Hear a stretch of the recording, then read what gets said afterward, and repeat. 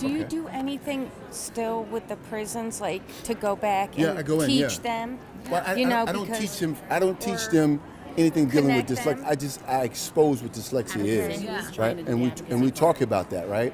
The thing is that we're currently right now trying to get that into the prisons. I'm working with Senator Bill Cassidy to try to get that into the prison systems. Yeah, so I have a question for you because I work within the prison system. I get assigned children that are placed in foster care through Yes. DCF, and I go in and I talk with these young people, whether their disabilities range from all over. You know, they're dyslexic, they're emotionally disturbed, autistic, anything. The prison is absolutely filled with young people.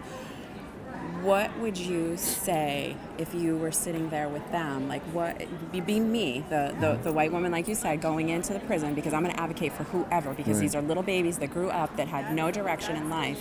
What would you say to them? How could I encourage them besides, me looking at them saying, I'm going to make sure you graduate. I don't care what I have to do. I'm going to make sure, because that is your piece of paper at the end of the day that says you did something. Yeah. Well, I can say this. What inspired me, right? There's countless of things, but what comes off the top of my head is this.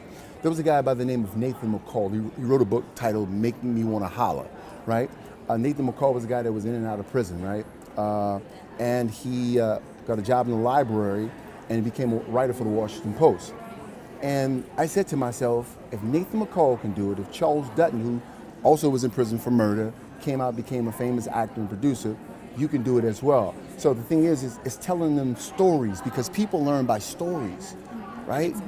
People learn by stories, movies, that's books and things of that nature. Tell them my story. Tell them my struggle. Tell them that, yeah, I grew up the same way, right? But the thing was, I didn't make any excuses. I had to take responsibility and give yourself a chance. Own it. Because you can't read, that's nothing to be ashamed of.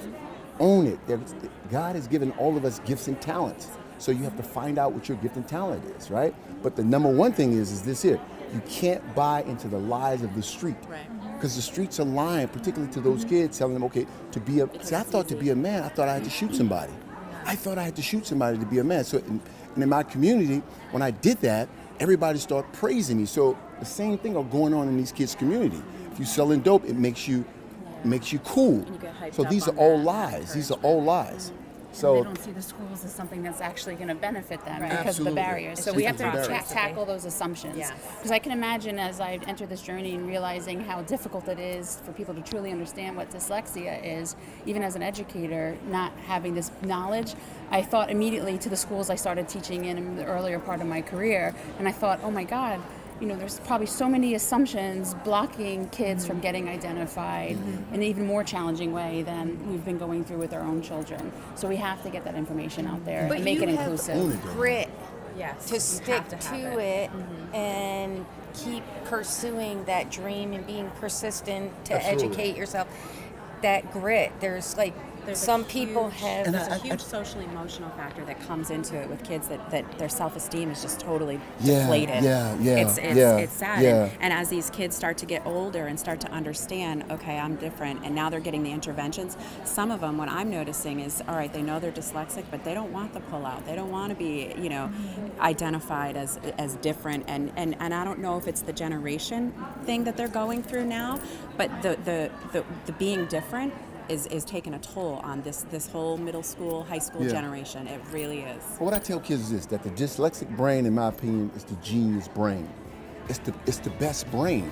So you have to embrace that, right? So you got to know your history on dyslexia.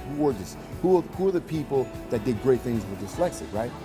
Embrace those people and realize that same power could very well lie within you dormant, right? And you're the one that have to wake that up. So that's something to be proud of. And even if they don't want to act, or they don't, they're not going to own an airplane company or an island, they have their own superpower to coin. Diana King, they have their own whatever, they're a skier, a mountain biker, or dirt, anything like that. Yeah, absolutely. No doubt about it. No doubt about it. No doubt about it.